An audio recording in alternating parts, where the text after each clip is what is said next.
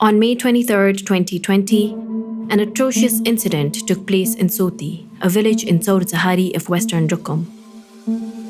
रुकुमको चौरजहारी पुगेका जाजरकोटका नवराज विकास रुकुम पश्चिमको चौरजहारी नगरपालिकाको सोती गाउँ रुकुम पश्चिमको चौरजहारीमा पश्चिम रुकुमको चौरजहारीमा मारिए रुकुम पश्चिमको चौरजहारी नगरपालिका रुकुम पश्चिममा शनिबार जातीय विभेदको नमुना मात्रै प्रस्तुत भएन अपराधको पराकाष्ठा देखियो 21 years old Navraj Pika from Jajarkot and a Malla girl from Soti had been in love for several years.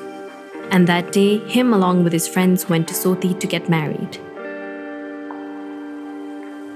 There, they were hounded and attacked by around 50-60 people from the village. Navraj and 5 of his friends were brutally murdered.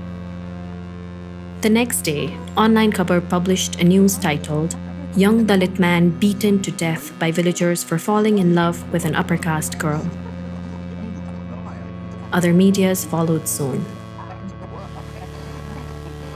This incident made a big impression not only in the news but also on social media. While some said that caste had nothing to do with it, many expressed outrage and sympathy and voiced that Navraj and his friends were murdered because he was a Dalit. The report prepared by the Parliamentary Special Committee formed to investigate the incident also reached the same conclusion. Article 24 of the Constitution has institutionalized the right against untouchability and discrimination as a fundamental right. Clause 5 of the same article states, "Any act of untouchability and discrimination in any form shall be punishable by law as a severe social offence, and the victim of such act shall have the right to compensation." Reality, however, is quite different. Just in the last 10 years, more than 22 Dalits have lost their lives to caste discrimination. Many still haven't received justice.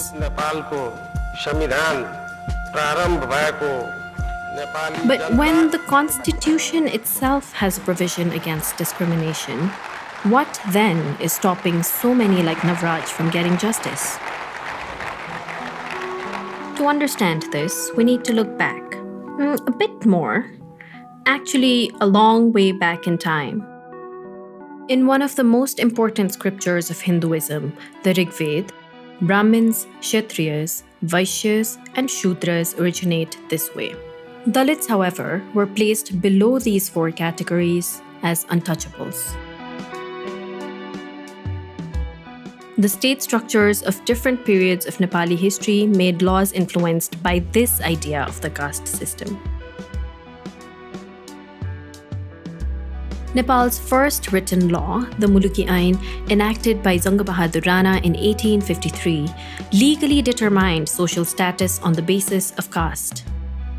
It therefore institutionalized caste system and untouchability. The law allowed for different castes to be punished differently for the same crime. For example, the Act mentions, if a Brahmin kills a person, seize their property and mark them with a branding iron. If other castes kill someone, take life for a life. We may be surprised to hear this. Besides, times have changed. The Constitution has provided fundamental rights to equality. The movement and struggles of the Dalit community for justice and dignity at different times have played a huge role to bring this change.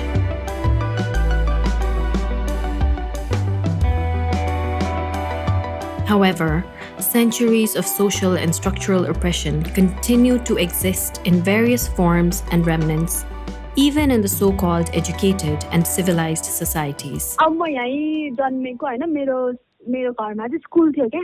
अनि सबै साथीहरु चाहिँ अब मेरै घरमा पढ्न आउँथ्यो हैन तर अनि उनीहरु खेल्ने स्कुल पछि खेल्ने पनि यही अनि हामी एकचोटी खेल्दा खेल्दै एउटा साथी घर पुगेको थियो के यता नजिकै सो सबै साथीहरुलाई चाहिँ त्यो मेरो साथीको हजुरले भित्र छिर्न दियो अनि म ठ्याक्कै छिर्नै लाग्दाखेरि चाहिँ ढोका बन्द गरिदियो के त्यो इन्सिडेन्टले चाहिँ मलाई म त यो जातमा पनि म त अर्को घरमा छिर्नै नपर्ने जात पो रहेछु भन्ने थाहा भएको हो के मलाई पहिलादेखि नै यो जात चाहिँ सानो जात हो यो जात एकदमै नराम्रो हो भनेर इभन दलितहरुलाई पनि इन्टरनलाइज गर्न लगाइसक्यो क्या अब के भन्नु because of the system. Data too paints a similar picture.